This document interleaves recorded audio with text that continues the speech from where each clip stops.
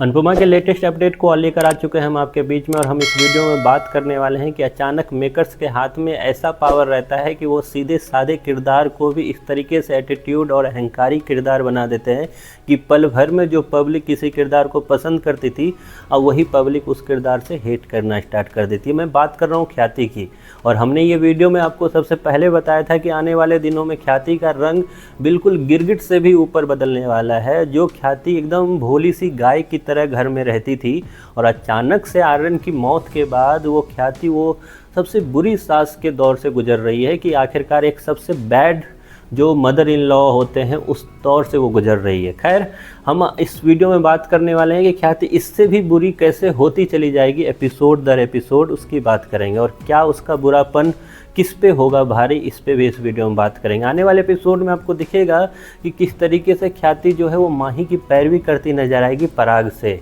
माही की पैरवी करती नजर आएगी प्रेम से, क्योंकि उसको माही एज बहू चाहिए, राही बिल्कुल नहीं चाहिए उसे। और इसी क्रम में वो यहाँ तक बोल देगी कि हमें अपने इस ख़ानदान में नया वारिस चाहिए, जिसके लिए मुझे लगता है माही ज़्यादा सूटेबल है, माही की शादी क्यों ना प्रेम से करवा दिया जाए। ये सुनकर पराग काफ़ी ज़्यादा तिलमिला जाएगा कि ये आखिरकार तुम बोलना क्या चाह रही हो। इस पर जो ख्याति होगी वो बोलेगी कि माही जो है वो मुझे ज़्यादा अच्छी लगती है, माही का जो स्वभाव भी है आप भी देख सकते हो, काफ़ी अच्छी लड़की है। वहीं पे राही को देखकर पता नहीं क्यों मुझे उसकी माँ अनुपमा की याद आती है, और वो मैं झेल नहीं सकती, और मैं उसके सामने भी जाना नहीं चाहती, या उसे मैं अपने सामने भी आना नहीं देने चाहती। इस वजह से पराग हो जाएगा काफ़ी ज़्यादा गुस्सा। लेकिन ख्याति का ये सोच ये दिखा रहा है कि किस तरीके से ख्याति का जो हेट है वो राही के प्रति वो दिन प्रतिदिन बढ़ता जाएगा, और ख्याति एक टाइम के बाद जहाँ माही को मेन फ्रेम में लाने की कोशिश करेगी, तो वहीं पे राही को किस तरीके से दूर किया जाए ये आपको प्लानिंग करती हुई दिखेगी माही के साथ। क्योंकि माही अब धीरे धीरे अपनी इस रिलेशनशिप को, जो अब तक वो दूर खड़े रहकर प्रेम को देखती है, अब वो पास आना चाह रही है प्रेम से, इसलिए वो इसकी अर्जी लगाएगी किसके पास, तो ख्याति के पास।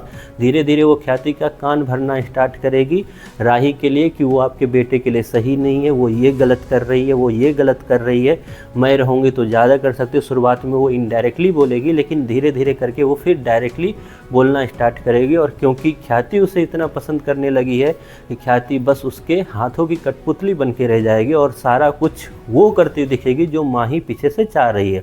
लेकिन क्या ये चीज़ें सफल हो पाएगी, क्योंकि घर में एक नया किरदार फिर से आ गया है, वो है परी का। क्या परी ये सारी चीज़ें होने देगी, क्योंकि परी के हाथ में वो पावर है जो शायद अभी राही के पास भी नहीं है। वो पावर है राजा, जी हाँ, राजा के हाथ में जो पावर है वो है परी के हाथ में। राजा के हाथ में क्या पावर है, तो राजा के हाथ में उसकी माँ है।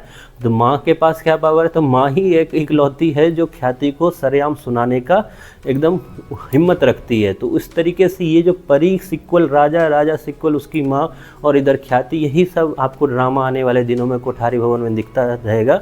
और इसमें आगे क्या होता है इसके बारे में तो अपडेट मिलता रहेगा आपको लगातार। फिलहाल के लिए यही है कि ख्याति का रूप जो है दिन प्रतिदिन बदलता जाएगा।